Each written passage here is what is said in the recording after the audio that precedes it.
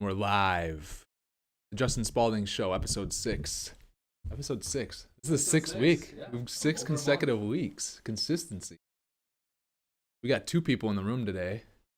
Dean is here learning how to get the system rock and rolling because Ryder's doing other things now. I guess he's too cool to. You still got to come back and do this though. Like, pop in. We have conversation. Well, I mean, you're kind of always featured. I don't want to break the camera and get you out. Thank you guys so much for joining us. How many people we got live? I always start this thing so different than most podcasters. Just kind of roll right into it and just. Okay. Ava's watching or listening from her office. She better be working too. I say it every day. Every day we do a podcast. Awesome. Well, yeah, if you guys do not know who I am, Justin Spaulding. We have 700 apartments in South Central Wisconsin. I decided to start a painting company, so we do some of that. We do a lot of investing. Had some success over the last 10 years. You can find me on Instagram, YouTube, LinkedIn. I'm posting and always teaching people how to. I'm actually not even teaching. I'm just doing what I do, and then there's always lessons in that. And there's good lessons, there's bad lessons. There's grew up on things that we do well, and we've been able to help other people buy duplexes, 4 units. We've been able to help them flip houses. We've been able to help them start businesses. We've been able to help them invest. We've been able to help people buy a 38 unit, a 42 unit. So it's pretty cool what some of our content's been able to do. I wrote a book, which the link, if you're watching this, you can see what the link is. Check out my book at justinspaulding.com. My name is spelled S-P-A-U-L-D. That's a whole story in itself, why the U is in there. But today we have no guest. It was awesome that last time with a guest. Fun having no. I don't know if you guys got a chance yet to see episode 5. That was episode 5, right? Go check that out. We had a pretty good discussion about the top 10. Was it, Ryder? The top 10 things an 18-year-old should know about money. But really, I changed it to say, the top 10 things basically anybody should know about money. And it got interesting. Just, Minogue had ideas and I had ideas, and, we all see, it's crazy how people see the world differently when it comes to money. I always think I'm right when it comes. Because if you're talking money, you want to do it right. You want to do it to the best of your ability. And I think that my rules allow you to do the money game to the best of your ability. It's not necessarily advice Elon Musk needs to take or Warren Buffett, and I'm willing to bet some of the most successful people though in this world that on the top 10 of the Forbes list would probably agree with the 10 things that I put out there big time. So yeah, check that podcast out. That was my favorite one so far. I really enjoyed it. So that's kudos to Ryder for. I know I give Ryder a lot of crap, but that's kudos to Ryder for getting Minogue in here, and having that conversation. Anyways. Anything else we should cover? The Packers lost. Let's just get that out of the way. Packers lost on Sunday. It broke my heart. I mean, I was watching. It was tense in my house. I had one of my best friends over to watch the game. He and his wife watched it with me and my wife. And I was like on my knees, bent over a chair with my elbows on my face, covering my eyes. I couldn't even. And I love Tom Brady except for, whenever he plays the Packers. I hated him that day, and I was just so upset. There's a lot of screaming. There's a lot of yelling. I felt better. Later that night though, kind of bad. But first couple hours after the loss, just wanted to see him back in the Super Bowl. So let's just get that monkey off the back and get that out of the can here and move forward. Let's go into the first question of today. And for those of you watching, if you wonder why I read the questions, see them. It's because I know a lot of people listen to this while they're driving. We're also on Spotify and Apple Podcasts now, so you can go check us out there and subscribe and be able to listen. And obviously, we're coming at you live every week on YouTube. First question, read it out loud. Advice when I'm calling off-market multifamily. This is a good question. I think just to be able to relate to more people out there, it could be a business that you're trying to buy. It could be real estate. It could be any type of asset you're trying to buy, and really, it just parts of what I'm about to say will help in just cold calling in general. But when I'm specifically when I'm calling on a property owner, and we have our database and stuff like that, and I have their information, we store it all. I make sure I keep it. I don't ever want to lose people's number. So that's a big thing too. Is here's advice when you're calling. Like once you have contact information, whether it's investors or property owners, whatever it might be, make sure you have a database in Excel that has the name, their number, their email, their phone, all the contact information, so that it stays there and it's a place that you compile it, because you don't want to just. This is where you can go wrong, is if you're just going to get this person's number and call one time and expect that you're going to get a hold of them, because it's just not going to work that way, right? You got to be able to call those people 4, 5, 6, 7, 8, 9, 10, 11, 12 times over the course of whether it's 1 month, 3 months, 6 months, 12 months, 8 months, 6 years, 12 years, to get their business, or to get, in this case, a property. So you want to make sure that you can keep the phone number. Don't just put it on a piece of paper where you're going to lose it. Call them one time, maybe call them 2 times or 3 times within 10 days and then say, oh, I give up. You need to get the database, the Rolodex, and you need to keep that thing. It's valuable. And you need to go through and you make the call. And so when you call, it's as simple as, now once you dial the digits, you're going to either get the voicemail, or you're going to get, which happens a lot these days, or you're going to get them to answer. If they answer, I basically say, it's going to take me a minute, I think, here of what I actually say. And actually, I should probably just pick up, call somebody and do it. But I typically just say, hey, I'm Justin Spaulding. Sometimes I don't even say my last name. Hey, I'm Justin. I own 700 apartments in the south central, southeastern Wisconsin. We're still looking to acquire more. Are you looking to sell X and X property between now and the next 5 years? And then I just shut up after I say that, because I just want to keep the odds are they don't want to sell it to me today, right? Now people can call me and anything is for sale that we have in our portfolio, always, forever, because I'm just opportunistic and I'm opportunity based. But a lot of people would be like, no, not looking to sell. So you want to make sure that you give that window, because now they're gonna be like, oh, between now and the next 10 years. 7 years, yeah, we're probably gonna be looking to sell, right? So you want to get a yes. You want to kind of just be able to move that forward, and to be able to start having that conversation. That's really the biggest thing, is to be able to ask that question. And when you get it, you still might get a no. And so so now once again we kind of go down this path of, if you get a no, you say, hey, okay, no problem. We'd just love to be able to stay in touch with you as we go forward. We're always buying properties. We're able to save, people from having to pay a broker's fee, et cetera, et cetera. We've been able to close a lot of deals that way. I'll probably give you a call another 6 months to 12 months, if that's okay. Keep you on my list, and we'll talk soon.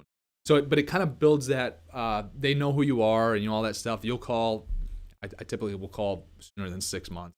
6 months. I'll typically call in 3 months, and just kind of a follow up with them. And just kind of stay in touch. But now if they say yes, somewhere in between, somewhere in between, my phone with my Instagram live right now is struggling to slide. If they say yes, that they're interested in selling in the next, it could be, whether you said, now to the next 10 years, they say yes.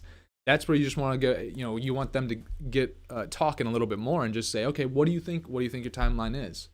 And then they're going to tell you. And then from that point, it's just nothing structured ever with me. It's just you have to have a conversation with people, right? And that's what's always worked. But the biggest thing is, odds are you're gonna get the voicemail, and you leave a voicemail. So the voicemail that I always leave is, hey, I'm Justin. I'm the owner of Spaulding Group. We own and operate 700 apartments in south central, southeastern Wisconsin, and just wanted to see if over the next 3 months to 7 years, if you're going to be looking at moving on from your property. That's another thing. I usually use the word moving on, because sometimes for some reason people just don't want to let go of stuff, and so they don't even like the word sell. So I've always got better results when I use the word move on. And then you hope for the callback, right? Now, 1% of them are going to call you back within a week. So you're going to have to just call that person again. Now, if they don't answer, that's where I'll put them on, I'll call them, once a week until I try to, some type of answer. And then you just kind of keep doing that. Now, when I'm calling once a week, I do that maybe for 4 weeks, but then I'll start to go, I'll spread it out a little bit more, so I'm not just absolutely pestering them too much, but just want to be able to stay in touch. So So that's does that kind of help, Ryder? That's Ryder. That needs to be your, Oh yeah. when you're selling paint jobs and all that stuff. Like that's and same thing as you look at more properties. Like you might start calling that neighborhood that you're already looking at buying in. You might call some of the neighbors or whatever, right? But you have to realize the biggest key part out of this is you've got to realize that here's a story. And now the lead has gone cold again here, but there's a deal that I've been chasing since 2012. It's a big property. I've been calling them and calling them and calling them and calling them since 2012. So that's like 9 years ago. I mean, I must have called them probably over 100 times, I bet. But I've kept them on my database, whatever. 2.5. Well, you won't know because we drove by the property where you came.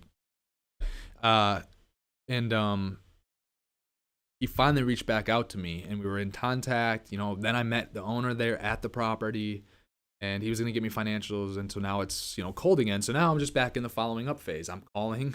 I'm probably not going to get a restraining order. Like, believe it or not, people don't give you a restraining order if you're just like having conversations with people, right? And you're not saying the wrong things. You're just having conversations, right?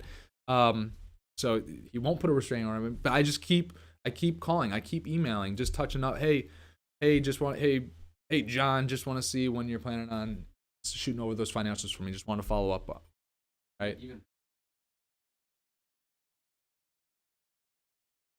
Yep. And then so Ryder's doing, that's why we have Maudine here doing some of our content stuff going forward, and Ryder's doing some of the sales rep stuff for Prime Painters. And he's experiencing this. He gets it. So like there's so much money to be made in the follow-up, but you got to be willing to be able to be consistent enough and do the follow-up work. And so many people don't want to do it, or so many people are scared of like harassing people. It's not harassment. Like it's not. You just got to be persistent, and you got to have the will to put in the time, the effort, and have the patience. Like I'm still gonna keep calling this guy that I've been calling for 9 years until I get the financials of the property, and until I get an opportunity. See, but now here's the cool thing, right? You do this one time with one guy. He's got other properties probably. So now what's going to happen if you have that much follow-up over 9 or 10 years? You buy one deal from him. He might bring you another deal off market. I got a guy we bought a deal from in the past, and he just brought me another deal that's 200 units, and it's off market. But I've closed with him before. He trusts me that I can close. He knows that we can close, right? Because we have closed. And he's been able to see like what our portfolio is doing, so he knows that I'm legit now, and so he comes to me first. So that effort is worth it. All right, next question. What do I think about current governments, dude? I don't have any money in the stock game. People are like, "Did you hit this GameStop thing up?" And I'm like, "No," because I'm not. It's not what I do. I don't ride a wave of whatever. I'm not making fun of people that did, but everyone gets distracted and goes off on these trails all the time, and I'm like, I'm just gonna do what I know, and I'm gonna keep doing it really well. I hope this GameStop thing keeps accelerating for other people again to just drive more people away who might have been getting into real estate, into GameStop and Robinhood and all that stuff. But that was just a kind of a side rant. What do I think about current governments is the question, and I just think that what happened in the stock market this week is just so interrelatable with the election. In November, and it's a rigged system. It's crazy to me. The government it's rigged. It's rigged. The people closest to the top, closest to the person controlling the puppet strings, have the power, getting paid a lot. They're able to brush things under the rug. They're able to hide things. They're able to spread and get, they have the media on board and spreading lies. And it's just a bunch of BS. And now the same people at the very top of the game on Wall Street, and with this whole thing, regular individuals get rolled over on Wall Street every single day. Nobody cares. All of a sudden, you have a hedge fund that gets rolled over by individuals, and now we got to shut this shit down, stop the losses. That's not a free market, and that's insane that happened. That should not happen. You shouldn't, if you're going to short a stock, you better be ready for the stock to go up potentially. Now I get it. It's like, it's against the fundamentals because the stock, that company is doing poorly and whatever, but the market's the market. People could have loved the brand. They wanted to save the company. They drive the price up. So it's just crazy to me, the government and that whole the elitist type uh people and all that stuff. It's just a whole nother world. That system is rigged, and they're pulling so many strings. It is what it is. There's not much I can do about it. I mean, whatever. I'm gonna keep doing what I do. Not gonna let that completely take me off my path. That's I don't know, what all that question wanted from me as far as what do I think about current, but I think, you know, here's what I know. Here's what I know what I think, in my opinion. You should not be able to be a lifetime politician and then be worth and then be a decamillionaire because of politics, or a centimillionaire. You should not be able to be in office for 50 years and never have produced anything prior to that, but then all of a sudden become worth $12 million because you're a politician. All of a sudden become worth $100 million because you're a politician. That should not be okay. I think another thing that should not be okay is people being able to, and this is both sides, people being able in office for 40 years. Joe, you got to go. You can't be president. You've been around for 50 years. You should not be president. You should not be a lifetime politician and be worth 13 million, 20 million, 30 million dollars off the taxpayer's dime. There's no way. That should not happen. Nancy Pelosi, you got to go. Like, you got to get out. Mitch McConnell, you got to go. You got to get out. I'll be fair, because Republican and Democrat, you got to go. You got to get out, homie. Like, it's just insane to me that you can be in office for so long and that be your career, and then you're getting, I don't know the exact numbers, but you're getting $124,000 or $170,000 a year, whatever. And then I'm pretty sure you get that for life after, if you're a senator. I mean, that's just it's ridiculous. That is not what it should be about, and that's not how it should be. Period. Some of those people have been around in office for 30 years, 25 years, 45 years. Get out.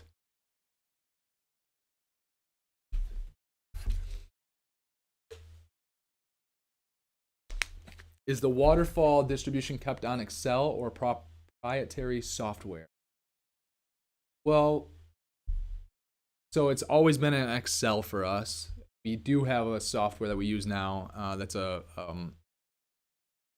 management type software where all of our investors are on there, our properties are on there, and it has the waterfalls. But some of the deals that we do are actually too complex for that, so we're still having to put it into Excel. It's easy enough. So Excel is where we keep a lot of the stuff. Some of the stuff, and all of it now is in this software as well.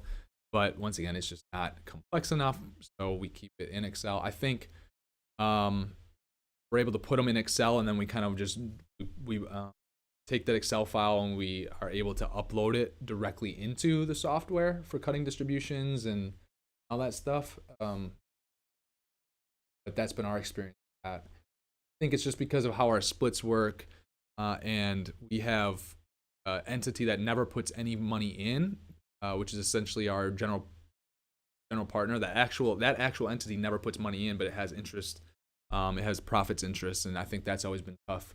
That has been tough software that we're working with to make work. And then also there are certain deals where for getting larger checks from people, they get a little bit higher of a preferred return, because it's easier for me to go collect one $3 million check as opposed to collecting how many $50,000 checks are in. That's probably 10, 20, 60. So yeah, so collecting one $3 million check for me is way easier than going to collect 60, $50,000 checks. So there's some deals that will give a higher preferred return, and so then that also, in combination with our general partnership that doesn't have any equity going in and actually any ownership in the property, that's caused some issues with the management. So we're just still in Excel. We're kind of using both right now. Once you go under contract on a property, do you right away create an LLC for the property? So this last deal that we closed, we went under contract 3 or 4 months ago, and those LLCs were not created until the end of December. So no, you don't have to create it right away by any means. You want to obviously get those things created, but there's so many people that worry about the LLC that are just like not even close to, like, that should be the last when it comes to actually acquiring the property. That should just be the last thing. Like, you should be working with an attorney somewhat. I don't know, Ryder, I'll probably let you talk a little bit. Ryder, you're going through something now. I know you're buying it a little bit differently, but some people get so, I can just tell you right now, the person that asked this question, which is, I'm not making fun of you, I'm not ridiculing you at all. It's just, you've probably never bought a property before. You probably never actually really started a business yet, is my guess. And you get worried about all these things that really are so small and should be the last thing on your mind with the stage you're at. So my advice is, go find deals, go put in work, go start something, and then worry about that LLC like right after that. Like, after you get on a contract, like, yes, then start asking that question. You don't need to do that right away. Like, if you get something under contract, don't think you have to have an LLC created within a week or 2 weeks or 3 weeks or 4 weeks. Like, somewhere in there, yes, before closing, you'll have to. Now, here's the other thing. What I do when I write offers, I have an LLC that's on the offer, and I'll put, this is going to be purchased by 1234 LLC or assigns. So what that means is, because all of our properties that we buy, they each go into their own LLC. So we have a lot of different LLCs. But when I because I don't know the name of that LLC yet, I want to make sure that I have the ability per the contract to assign that contract before closing to a new LLC, a new entity that we're going to make somewhere between getting it under contract and before closing. Commercial loan. So Ryder, so just to give some leeway, Ryder, yeah. Oh, what do you mean? I don't know, just high level. Right. So Ryder left high school, said, I'm not going to college, came and begged me for a job. He was just like sitting on my doorstep, like begging me for a job, like, I want to learn from you and whatever. And I'm like, okay, dude, like, you're kind of weird, but get off my doorstep now. And so we ended up coming to an agreement. He didn't really do that. I made that up, but and he came here to work, and he's been able to learn a lot through this because he's around me all the time doing content and like just whatever. So he's soaking it up, and the coolest thing is to see him learn really quick, but then go implement stuff really quick too that he wants to do. So he can kind of share his experience on what it's been like. So touching on the LLC thing, that was one thing I was worried about, is like being liable for if something were to go wrong. But if I were to buy the 2 townhomes under an LLC, I'd have to do a commercial loan with 25% down and higher interest rates. But you don't want to do that if it's a smaller 4-unit. If 4 units and under, you can get a residential. Right, but I bought a 4-unit in 2013, and I put it in LLC. I bought another 4-unit, and I put it in LLC. Right, but you had a higher interest rate. Well, yeah. Yeah, and probably, I don't know. It's not a 30-year fix. It would No. be 25.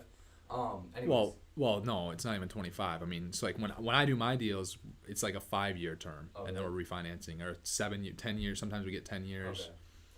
Anyways, so I was worried about putting it under an LLC, and the broker who's selling it to me, I basically found out that I need to deed it over to an LLC within 5 months or so. Once the legals are already in, just take over Justin's podcast, maybe. It's crazy. But yeah, I can deed it over after around 5 months, once all the legals are in. That was what I was recommended, because if I were to buy it under an LLC, it would be labeled a commercial contract, and I was able to get a 15% down rather than 25. So I just had to step out and take that call. So I kind of missed what you said, Ryder. But so here's my advice, though, is you can't. Either way, for me, I looked at it, I'm like, I'm buying a 4-unit, but like the 4-unit's just a stepping stone. I don't care about all this other BS about saving money and whatever. I wanted to do it, and this is just how I got I wanted to do it correctly the business way, because I'm like, when I have 400 units, it's irrelevant. I'm not going to go personally buy. You can't. It's a commercial. You're going to get a commercial loan, right? Now, what I tell people all the time, though, is and I had to step out because of that phone call I had to take, but what I missed what Ryder said, if that's how you get your foot in the door because of financing and whatever, and that's the situation you're in for the first 2 years, 3 years, 4 years, for sure go do it the way Ryder just said, because getting started is the biggest thing. So however you get your foot in the door, it doesn't really matter, just get your foot in the door and get started. And that's kind of the advice I gave Ryder before. I'm like, here's what I did, here's what I would do. but like you got to get your foot in the door. So if it's getting the 5 or 10 or 15% down or whatever because it's a personal loan, fine, so be it. Get your foot in the door. My advice to Ryder on this first deal he's doing is, and this is just my advice, I have no idea what he wants to do or is gonna do or whatever, and my advice could be wrong, right? Like, you don't have to always assume I'm right. I think I'm right, but I'm not. I might be wrong. My advice to Ryder would be, how fast can you get in and out of this project to move on to the next project? So meaning, like, if there's things that you can do to fix it up, get the rents up, get the NOI up, lower expenses, get the NOI up, the net operating income, get that up, and maybe be able to sell this thing, for 10%, 20%, 30% more than you bought it for in a year. And then be able to rinse and repeat, take those earnings, go do a bigger deal. Now, certain scenarios that might not work because of where you're buying or what you're buying. It might not appreciate as much. You might only be able to force so much. But that's always my advice on, like, I'm going to be most likely be selling some of our smaller assets this year. Well, number one, just because they're smaller, we're looking to get bigger deals at I'm not as interested in going to buy a 10 unit now as I was 2 years ago, 4 years ago, 5 years ago. I'd rather go buy a 500 unit tomorrow than a 10 unit. Number one, I'm looking at selling the smaller ones, but also I'm looking at selling those smaller ones, not just because they're smaller, but also because we've had them for 2 years or 3 years and we've added a ton of value there, and some of them have doubled in value since we've been there, and I want to be able to unlock those earnings. I want to be able to unlock the equity that I have tied up that we added and forced to be able to go do, once again, bigger deals, right? So my 4 unit turned into another 4 unit, so there was 8 units total there. When I sold those 8 units, part of it went into a 10 unit, part of the earnings went in, part of the profits went into a 47 unit. And now, if we were to go sell the 10 unit, the 47 unit, the plan is, if that happens this year or, early next year, whatever, we'd probably have enough profits there to be able to go and scale up and buy, I'm just doing some math in my head quick, probably be able to buy about 100 units. Now that's crazy to think about, right? But the only reason I was able to do that is because I'm not someone that, like, once we've got in and done our thing, I'm ready to get out to unlock that equity to go put it to work. Right, and go do the same thing. So we bought the first 2 4 units at the ground level, meaning just they were horribly ran, right? They were already cash flowing, but we added value, so there was more cash flow there. There's more cash flow. There's a buyer that's willing to pay more than what you bought the property for because they're buying the increased cash flow. And then we went rinse and repeat. Only it wasn't 4 units; it was a 10 unit and a 47 unit. It was the same thing, right? And so then we're gonna do the same thing again when that turns into 100 units. Now, I could have just said, I could have been like most people out there, like, I'm going to hold on to this for forever. I'm not going to let it go. I'm just going to sit on it and forever. It's going to be a cash cow. And, like, great. There's nothing wrong with that, right? But in my mind, I'm like, I want to keep scaling. I want to keep growing because, like, being at 8 units, it was like $2,000 or I can't remember, $4,000 a month cash flow, something like that. It's not drastically life-changing. Yes, it is. But it's at the same time, it's not compared to what that equity could be doing for me and my family in another property, right? What about refinancing in a year and a half? So Equity up? Yeah, so the refinancing thing. Are questions working today? We just don't have anyone watching live. There's 4 viewers, but okay. Nothing. Refinancing, we'll do that just if we're gonna do like more updates to the property. We want to pull some cash out, but if we refinance, I'm not untapping all the equity. So like we had a deal we refinanced at the end of 2019, and we bought it for $6 million. The new value was like $9 million, but I still took debt out on it like it was basically $6.5 million. I didn't leverage all the way up. The value that we add is real, but sometimes we do it so quickly that if other macro things in the environment change and go backwards, that value, it would still be there in the long term, but short term it could go away.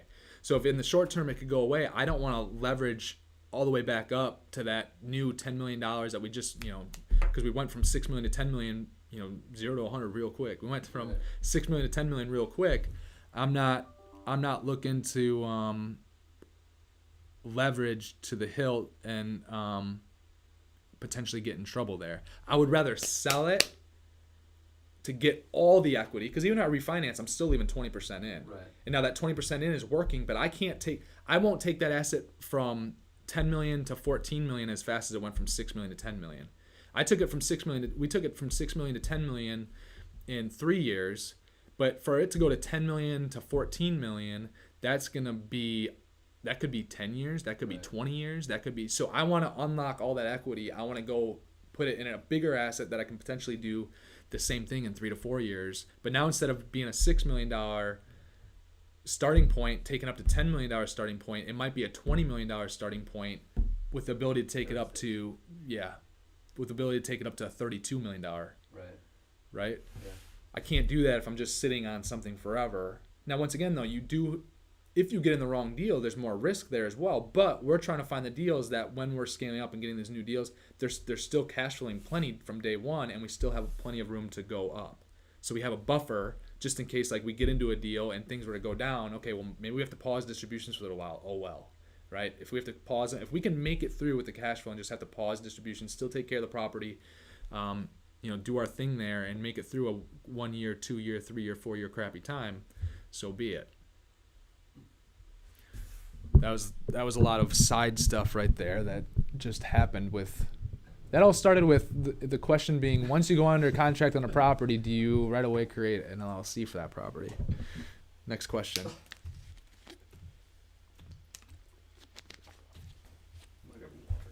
Maudine's in here probably looking at me like, what the heck are you talking about? I'm giving you water. Thanks. Question is, so how do you stay motivated day in and day out? Because I'm just passionate about what we do. Like, it's exciting showing up here. I love what I do, right? So like you could almost, I'm not going to say I do it for free, because like I don't think I would do it to the extent that I do or put in as much time or effort knowing that there's absolutely zero reward. But a lot of the reward for me is like seeing the improvements we're making, seeing the financials go in, because it's like my new scoreboard almost. And at the end of the football game, you want to see the scoreboard in your favor. It's the same thing when I'm doing here. I like to see the scoreboard, which is the income statement and the balance sheet, go into my favor, our investors' favor. And I like seeing that almost and get almost more I almost get more joy out of seeing that than I do the actual check that comes in. The check that comes in is really nice, but that's what keeps me motivated, is just that whole process. If things, how do I stay motivated? I'm always challenging myself, right? So you go from buying a $200,000 deal to another $200,000 deal to a $1 million deal to a $6 million deal to $18 million deal to the deal we just closed for more than, north of, about $35 million. And so for me, that's how I stay motivated too. I'm pushing myself. I'm not staying in my bubble, right? I'm always talking about what you have to do to stay motivated day in, day out and excited is, I talk about this all the time, is you just pretend you are standing inside a regular size hula hoop. And that hula hoop, when you look down, you're standing right in the center of it. So I don't know, the hula hoop maybe goes a foot and a half out away from your feet in any given direction, all the way around you, 360 all the way around you. Now imagine that hula hoop is your comfort zone, right? Well, that would not be very fun if you just had to sit there in that hula hoop all day. So I'm thinking about, okay, I want to expand my hula hoop. So I'm telling people, broad jump, take a big jump as far as you can out of that hula hoop. Because what's going to happen is that hula hoop, then you're going to force that hula hoop to grow. And where you jump to, even though it might be 12 feet outside the center of that hula hoop, and you're going to feel uncomfortable until that hula hoop grows and catches you. But eventually, that 12-foot jump out of the hula hoop, where you're standing, will be the new center of the hula hoop. And that new hula hoop is going to be 35 times as big. I don't know what. It's going to exponentially, it's going to grow in area. And that's your new comfort zone, right? And so I get excited by being outside of that comfort zone. And so then once that hula hoop, Ryder's gonna be like, "What the hell are you talking about hula hoops?" Ryder just had to go get some water and he walked back in. What are you talking about hula hoops for? As soon as that hula hoop grows back out, like you're again now, but now you got to jump a long ways. Like you can't just jump 12 feet anymore, because now the hula hoop all the way around your feet in any given direction might be 40 feet. I don't know. It's not gonna be that much. It's probably like 14 feet, right? So now you got to jump from the center of that hula hoop. Otherwise, you're gonna get bored and you're not gonna be motivated. At least for me, I'm not gonna be motivated if I'm not challenged. The moment that I'm not challenged, I get bored. I get lethargic. I like I start thinking I just want to go to the casino today, like in college, and like put it on black or something. Like haven't been to the casino in forever, but like your mind starts to drift. So you gotta challenge. I start thinking, man, I want to buy an Xbox. Like, so you just want to like, which there's nothing wrong with that because Ryder makes money playing video games, by the way. I don't like consoles. Yeah, but that's right. You play computer games. So if you're not motivated, you're gonna run into issues. And your life's going to come off track. That's my opinion, honest opinion. And so that's how I stay motivated, though, is by challenging myself. And it's not just business. I would say business is a big part of it because it's like what your job is what you do 35%, 45% of your life, right? So it's important and it's a big one. Yeah, we got someone on Instagram just saying, hey, yeah, they're liking the hula hoop analogy on Instagram. All right. You ready? Yeah, Ryder, you have to go back and listen to the hula hoop analogy. The next question is, where are you spending most of your time and focus in 2021, the first quarter? Where are you spending most of your time and focus in Q1 of 2021, first quarter of 2021?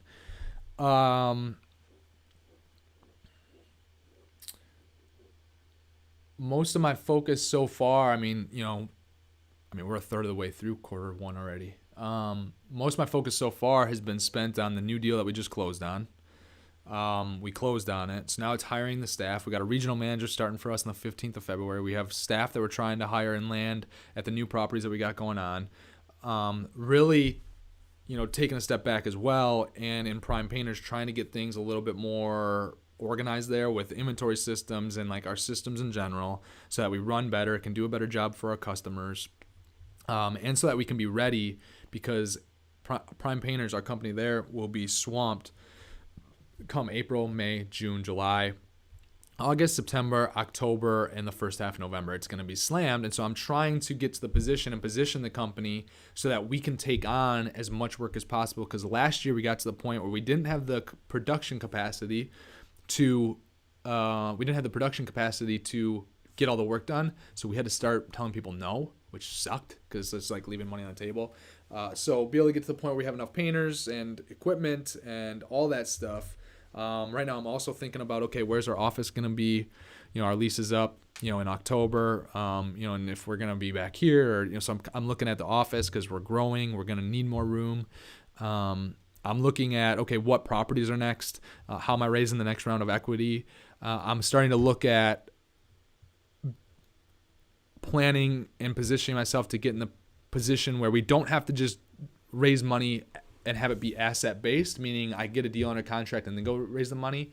How can we raise $50 million, $100 million right now today, and then put that money to work over the next year and have it be a blind pool where the investors don't see every single deal before we're investing in it, right? So I'm starting to think ahead. As always, I'm always kind of thinking ahead. So in any given quarter, month, week, day, I'm always looking ahead. Like today, I'm looking towards tomorrow. This week, I'm looking at next week. This month, I'm looking at next month. This year, I'm looking at next year.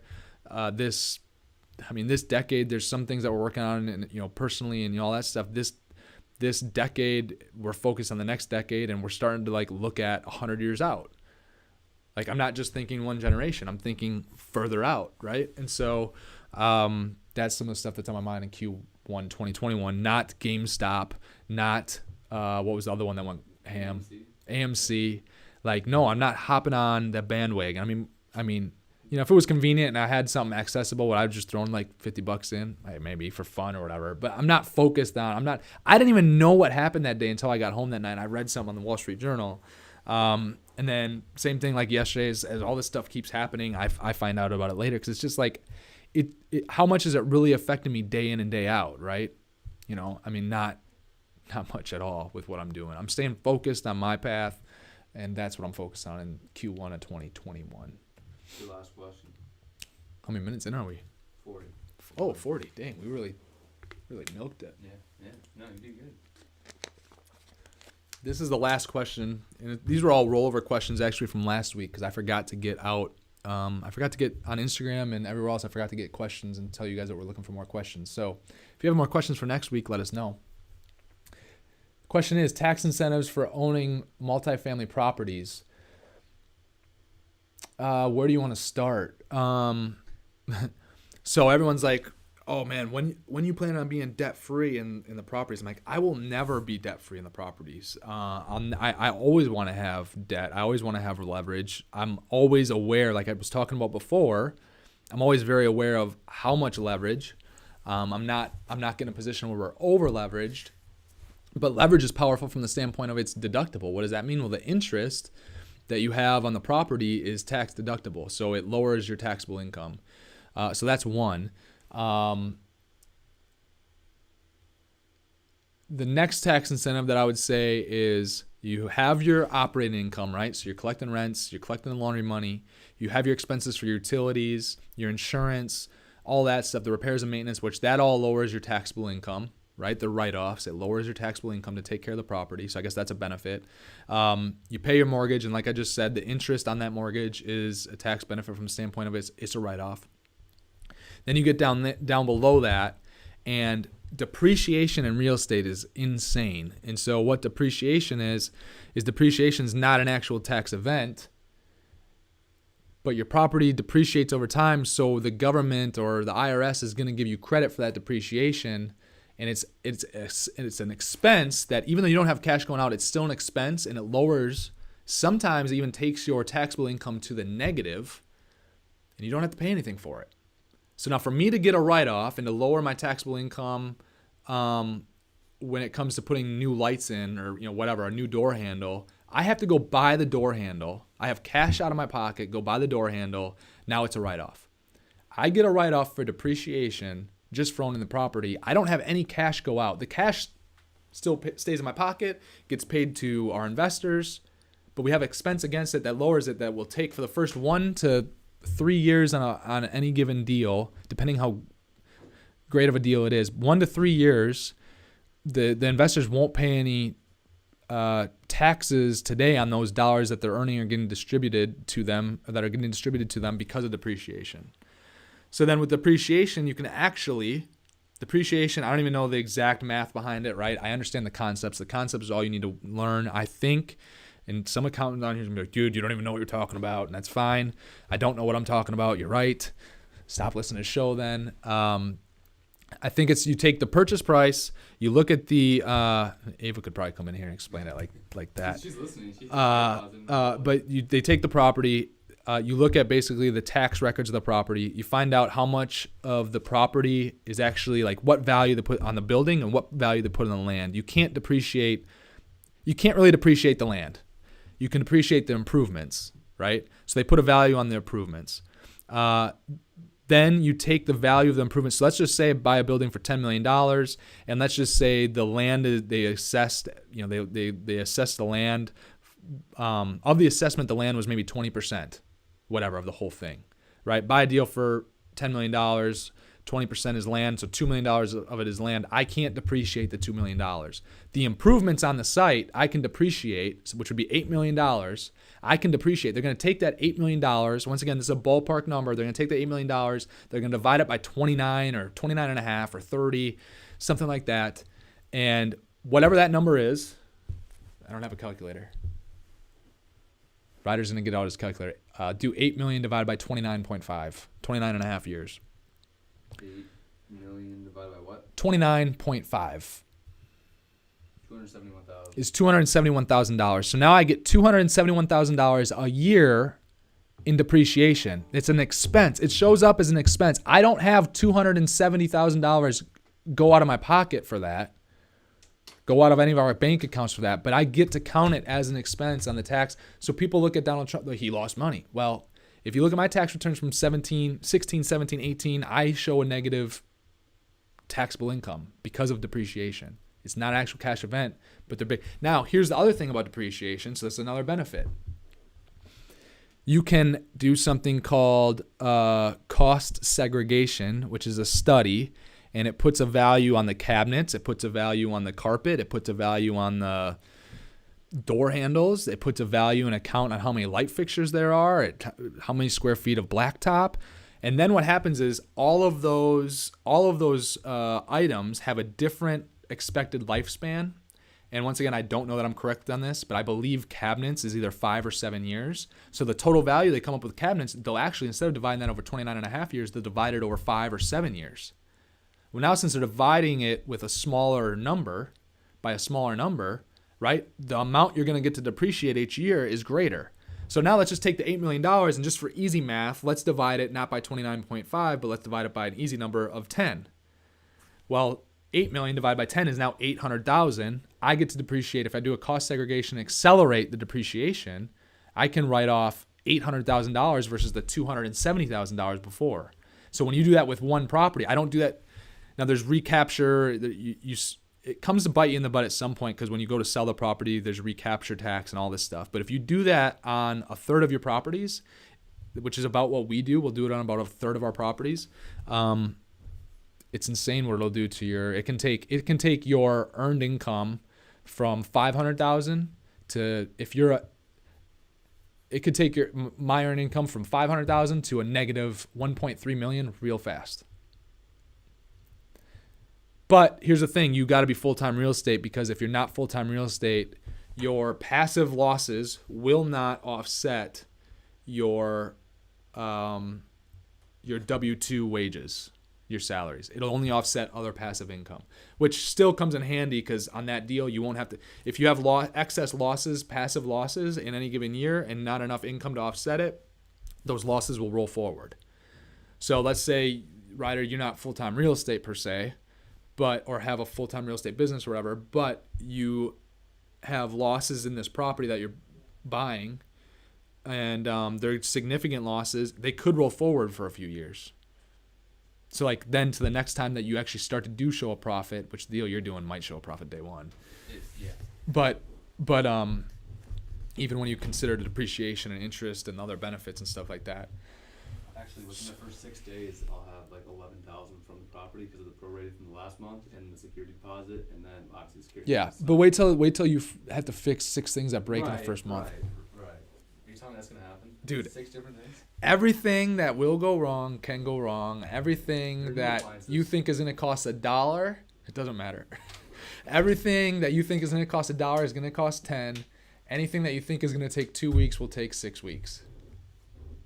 Or 6 months. Yeah. it's a part of the thing. Maybe not at 7 units because it's enough for like things always happen for us faster when it was just 4 units because I did everything and that's not a way to live because it sucked. It was stupid. But everything happened and I'm not saying we're inefficient in what we're doing now, but as you grow, as you expand, which we've done, there's certain things that just take longer. That's why having a huge government sucks because it takes forever to get through all the layers. So, what do you think? That was interesting. Oh, here we go. All right, I got some Instagram questions. Let me just scroll through the live really quick because there were some Instagram questions that came through. We've got, let me see here. Hold on. Oh, jeez. Slipping.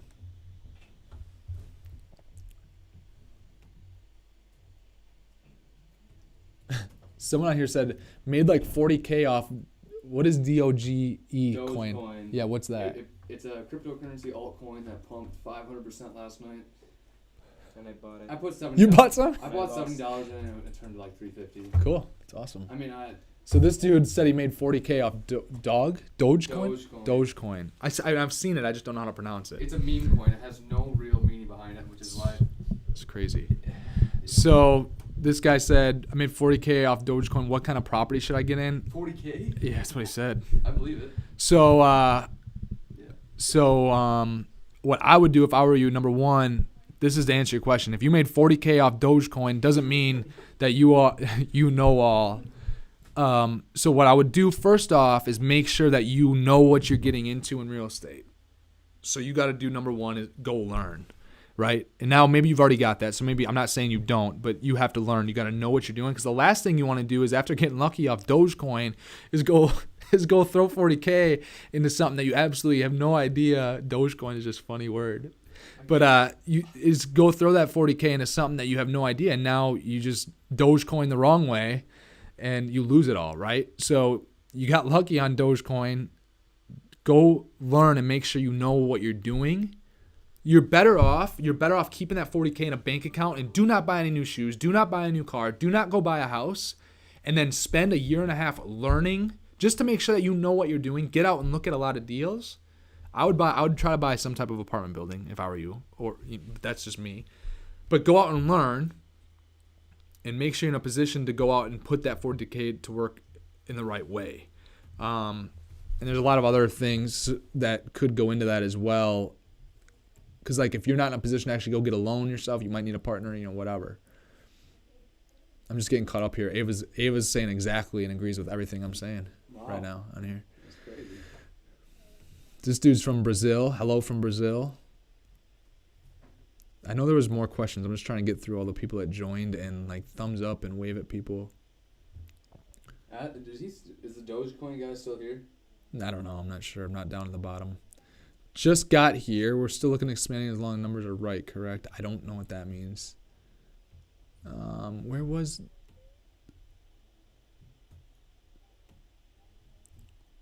Just so you can get an idea of how volatile this is, Justin. Is this on the screen so people that are watching live can see? They cannot see this, no. How many people are watching live? 6. Nice. Ty's here in chat. Ty. Who's Ty? Ty Polson. So someone asked, all right, let's get to the Dogecoin first. All We're right. looking at something on the screen right now if you're listening along, and it's Just to show you how volatile it is, it got up to almost 8 cents. It's a cryptocurrency. It has no real purpose, really. It doesn't. But within minutes, drop down. so it's like to Bitcoin, but 3 it's cents. not Bitcoin because it's not actually anything that you can use. It's an altcoin, so you can see here. So it's like a Pokemon card. Basically. See, this was So Dogecoin is like a Pokemon card where really there's like not really any like actual, but the thing is with Pokemon cards there's still value there though. So I mean really it's, Is it an but that's asset? what it is though. No, it's not an asset. I mean, but people can make money flipping it. It's a business. Oh yeah. So Dogecoin went from what? How much to what? I mean, it was 0.003 of a cent. It was 0.003 of a cent. So Back a 3 year one ago. hundredths of a cent. When? Like a year ago. A year ago. And then earlier this week it's 0.007, and it surged all the way to 8 cents. So not even 1 cent to Oh, so it went from not even 1 cent. basically 15 or 20x. It went from 20x overnight. Was this like a Reddit thing as well or Twitter thing as well, where they? Yeah. It's crazy, It's just a man. pump and dump scheme, which is why it went up to 80 cents or 8 cents. That's crazy. So I don't know. That's nuts. There's gonna be a lot of people I think that get in trouble over this whole. I would hope by so. retail investors or No, hedge funds? no. I mean, I don't know, dude. I mean, for Robinhood to automatically start selling So you can other only people, sell. You can only sell your right? position. But then didn't they also just without people's permission just start selling their Yeah, stuff? There was lots of people just. I mean, like someone's got to be held accountable with that. Will they? Because I don't know. Because it's probably Joe Biden that owns freaking Robinhood. No, get this. The owner of Robinhood, it has connections. Right, to that private equity firm. Citadel or Yes. Citadel or whatever Yep. it is. Who have connections to Yes, the private equity firm or the hedge fund. That so I read my stuff. I know that. Do you know who Dave Portnoy is? Yeah. Yeah. He's been covering it really well. Yeah. Well, I mean, when you have Ted Cruz and AOC agreeing on something, like like someone's got to get in trouble there. I mean, geez. All right. So the question here on Instagram Live was, where did you learn to be a property manager? I learned in the trenches. I learned by doing it. I learned by lifting the weights.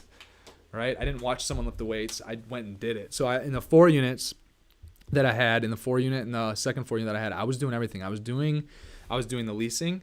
I was doing the marketing. I was doing the showings. I was doing the move out, the checkouts at move out. I was sending people's security deposits back. I was subtracting things out of those security deposits for what they ruined. I was removing carpet. I removed all this crap that a hoarder had in one of our apartments that was literally to the ceiling and could have been on the show of hoarders. I put down new. I did maintenance crap that I don't even know the name of, and I suck at maintenance. Can hardly change a light bulb. So I learned how to be a property manager and do this by literally doing every single thing. So I at least know the process. And I suck at so much of the stuff that we do, and that's why I have other people here that are helping us because we're all good in different areas. But that's how I learned the whole process. That's how I learned how to be a property manager, whatever you want to call it, was just by doing it. Like I didn't really know. I understood like it's really not rocket science. Like collect the rent, pay the bills, pay the mortgage. Collect the rent, pay the bills, pay the mortgage. The idea is for the rents to go up. Well, what can I do for the rents to go up? Improve the apartment. So new cabinets, new carpet, new vinyl plank flooring, new paint, new trim, new doors, new windows, new HC, new water heaters, right? How do I lower expenses? Okay, well, high efficiency toilets, high efficiency common area lighting, right? Well, how do I keep the rent coming in? Well, keep your apartments full. Take care of them. Take care of your customers. So it's not like you just start asking yourself these questions, and most of it is like common sense. Like that's why most of the world's millionaires are through real estate, because it's like I'm no way in hell I could create Tesla like a car. I'm just not. I mean, I probably could do it. I don't know that too many people would buy it and stuff. We could probably figure it out, but like, I mean. Probably figured out. That's like SpaceX. SpaceX is rocket science, Yeah. like literally. Oh, yeah. True. Real estate is not rocket science. Like a painting business is not rocket science. SpaceX is rocket science, right? Tesla is almost rocket science. Boring tunnels is like something that I probably will never do. Could you speak on the difference between repairs and improvements? Because I was reading a book last night and it was mentioning the difference between the two, and that you should always label something a repair if you can. And you could capitalize it, right? But that means you're going to pay more tax. You could still write it off. The reason that you want to know the difference is because you don't want to put like an improvement. Like an improvement would be if you go in and you're putting in all new carpet, right? All new flooring throughout a unit. That's an improvement, and technically like you don't want that to be in your repairs and maintenance. Repairs and maintenance is just like if there's a leaky sink and you gotta fix it. There's an element that's broken in an oven and you're gonna fix that element. You're not gonna get a new oven, right? It might be $100 to fix that element or $30 to fix that element, whatever, right? That'll be repairs and maintenance. The larger improvements, it's more of optional, right? Because like you don't have to, if the element was broken and the appliance was 4 years old, some people might put a new appliance in, some people might just repairs and maintenance it. So it's important to separate out what's almost more optional and what's adding value to the asset and allowing you to, really, things that add value to the asset really allow you to pump up the rents. You want those things to be separate because you don't want them to drag down your net operating income. So it's a financial accounting game, because if you're always putting all of that in the expenses, you're going to show a really crappy NOI, and it really shouldn't be there, because it's really more of an investment. It's going to last, like a new fridge will last 7 years or 10 years or 12 years, right? So it's more of an investment that makes it more attractive to get you more rent. Why would you rather label it a repair though? Like, what would be the reason? Because legitimately you can't say like changing an element is, I mean, it's not an improvement. You're repairing the current appliance you have. Burn a hole in your carpet and then replace the carpet. Well, so if you just patch the hole, repairs and maintenance. If you replace the entire carpet through the whole thing, or if you just replace one room, probably repairs and maintenance. If you replace the flooring throughout the whole apartment, it's probably, you don't want it the expense line. You want to keep it separate. Okay. And repair would be an expense? A repair would be an expense. An improvement? Well, now if it's anything under, $2,000 or $2,500, technically you could just have it be an expense as well. Like you can still write off, like just because you call it an improvement, you can still write it off, but you're keeping it separate for your books. If it's a new roof, $111,000 for a new roof or something like that, that will be an improvement, and that will be capitalized. You can't write that off. It's too big. What if the entire roof is just horrible? Doesn't matter. It's a capital improvement. Interesting. Which then what happens though? A capital improvement's still okay. It doesn't lower your taxable income all $111,000 like that, but it'll go. So now that starts depreciating. Right. Right. So now you got more basically reloaded your because over time depreciation will go away. So that's why, like, that's another reason I'm not going to hold something for 15 years, most likely, because I'll run out of depreciation on the property, and I have to go get a new property. There's guys that own properties in Milwaukee and Madison. This is why so many properties in Milwaukee and Madison are so closely held or don't go to the open market for sale. The big stuff, I'm talking about the real wealthy guys and the big 300 units, 500 units, some of the towers that you see in Milwaukee. Those guys, when they run out of depreciation, they know the guy that owns the neighboring tower, and they literally will almost swap when they run out of depreciation. Yeah, because now they swap, right? And now essentially they can get new depreciation, and they might have to, one building might be worth more than the other, whatever. So it might be one person's getting cash, one person's getting the deal. But literally, I mean, they'll and they might actually they'll cash and cash, whatever. But whatever, they'll trade out like that to now reset a depreciation. Smart. So it's a different ball game, man.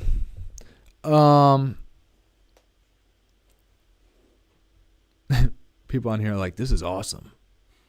I shouldn't say people, one guy. It wasn't my dad. All right, what else we got on Instagram Live? Let me see if we got any other questions. Otherwise, we might be calling it a day. The cleaners are here. They're going to get in. Ava says, so our controller listens while she works. She better be working because we have so much to do. Ava knows I'm joking, kind of. Ava on here says, CapEx, which is improvements, increases the value of the asset, and expense is maintaining the asset. And in accounting terms, an asset is a refrigerator. So if you're maintaining the current one that you have, ice maker stopped making ice. You fix that, ice maker repairs and maintenance.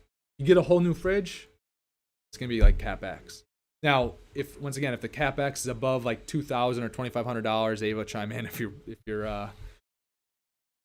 still listening. What's the amount? I don't know. You almost automatically have to capitalize it. Can't write it off. I think it's $2,000 or it's $2,500. But just because you call it CapEx, like if it's an $800 fridge, you don't automatically have to capitalize it. You can still have it be an expense, but then on your books, you just note it so that when you're going to sell it, all this stuff. So like the property right now, I actually, there's a guy off market looking at buying one of our properties. Either you don't want to buy it. Strange. I'm just kidding. No, so it's off market, and so he came to me and he's like, "Hey, just can you give me the numbers? Whatever." So I sent him the numbers, but then I send him the income statement. Now that income statement that includes the repairs and maintenance, but it doesn't include the $5,500 that we put in for new common area carpet. That actually is in the CapEx that I sent him. So you separate it out, you keep track of it separately. So now this guy, other people looking to buy buildings, okay, wow, he's put in $200,000 or $150,000 or $100,000 or $6 million of improvements. And then that's like, okay, but and if you know what those things are, you know how many apartments there are, that should give you an idea if this has been done in the last 3 years or 4 years. Should be giving you an idea how much CapEx you'll have going for. Something improvement then? Well, but so that's but you can't just right. An element's not an improvement to a stove. So yes, you want to because you want to show the highest NOI, right? Right. But you can't just like a $30 thing is not. It's not a CapEx thing.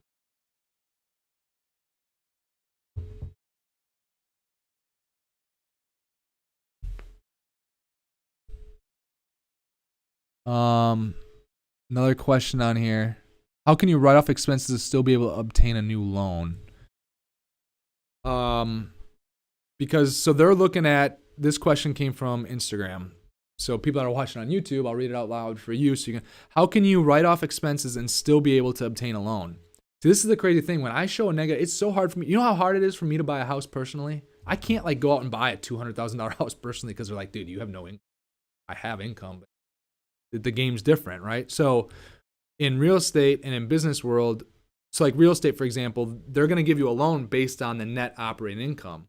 So you have the revenue, then you have the expenses, which includes repairs and maintenance. Then you have the NOI. Then below NOI is your improvements. It's not a regular expense. So Ryder, if you go through and change out all the refrigerators day one, you won't have to do that again for 7 years. The bank's not going to count that against you when it comes time to go get a new loan. They're going to say, okay, they're going to look at the top, they're going to look at the NOI, and then what they're going to do is they're going to take the NOI, and basically as long as you can cover the debt payments around 1.25 to 1.3 times, right? So say for example that you have a NOI of 75,000, and say that say you have an NOI of 75,000, your debt payments that you could afford would be 50,000. 75,000 divided by 50,000 is 1.5. That's a debt coverage ratio of 1.5. As long as that number is like 1.25, 1.3, 1.35, the bank's gonna lend you money on that. That's how you can lever back up all the way back down to 1.25 debt coverage ratio if you want, but that's where you're taking on more risk after you add value. It's like our debt coverage ratio of some of these properties we refinance are like 2.5, very little risk. So they'll lend us 400 grand all day. They lend us 4 million. I'm like, I don't want 4 million.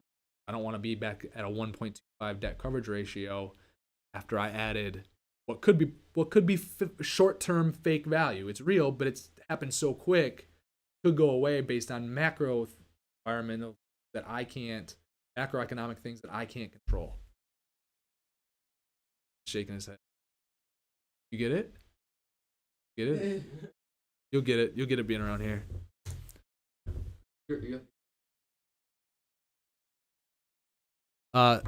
Go for it. What were you gonna say? Oh, okay. That's good. That's cool. Dude, if you can suck that up, you're gonna know everything real soon. Yeah, Ava said 2,500. So once it hits 2,500, you can no longer, if it's 25, if a new thing is $2,506, you can't really write it off. It'll be a CapEx. So it goes towards basically, and then you can basically get more depreciation on that. So basically you take the 2,501, divide it by, if it's cabinets, 5 years, right? When we talked about before, Right. cost segregate, divided by $500 a year on that, you'll be able to write off for 5 years. I don't know all the like little tiny details. That's like why we have it. I get the concepts and know how to play the game.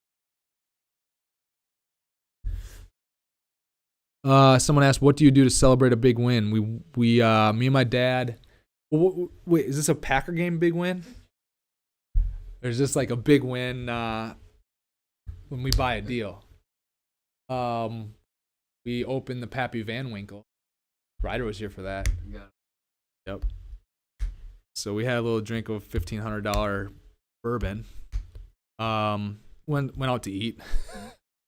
I mean, I don't know. I'm not very much spiked the football. We're like all of us around here. I think you only live around here if you can like just score a touchdown and not do much celebrating because it's on to the next thing, and that's just kind of our attitude around here. So I think we need to get better at the celebrations. I have gotten better at the celebrations actually because now at least we go out to eat. I used to just be like, all right, let's just. But over the last like year and a half, some of them have been so stressful. It's like I need to do something to unwind a little bit. Like this last one was stressful. Ryder heard some of the conversations. Day of closing. It was stressful. What other questions I got here? Can they hear that?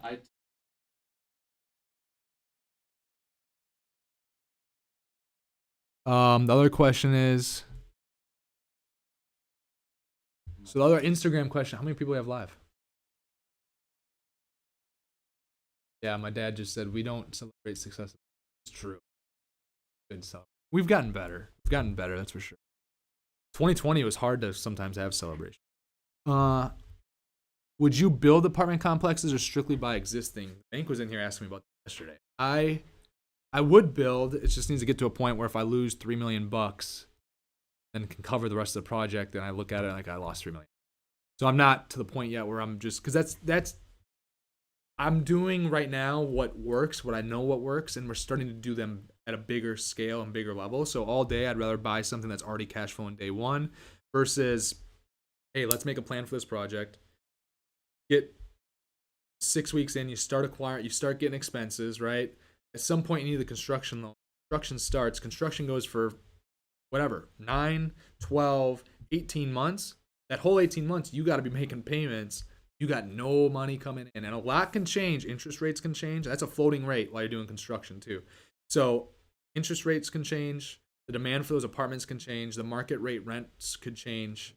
A lot can change in 18 months. And if it just happens to get finished wrong 3-month window, there could be issues. In the wrong 6-month window, could be issues. So it's like, I like to buy stuff that's already cash flowing day one, and we can improve it. How are collections trending in today's economy? 93%, 95%, depending on the month. We work with the people that have COVID issues, tenants have COVID issues. You know the ones that really have issues because they'll actually come and say, hey, here's the deal, and they'll confront us. Been affected by COVID. This is how. Can we make a payment plan? Yes, all day. We'll make a like we want to help people. We want to be able to figure that out, right? It's a crazy thing that happened. But then you have the other people who can't get a hold of, fall off the face of the earth. There's $25 billion sitting out there right now for property owners to go get to help their tenants. We need one signature from the tenant. You can't get the signature from the tenant because they don't answer the door. They don't answer the call. They hide from you. They run from you. Like, dude, we're trying to get your signature so we can get you $6,000 free dollars right now to get caught up on your rent. You know the people that are like playing the game. It's unfortunate. There always happen to be the people that, a little bit late. It happens like, oh, COVID.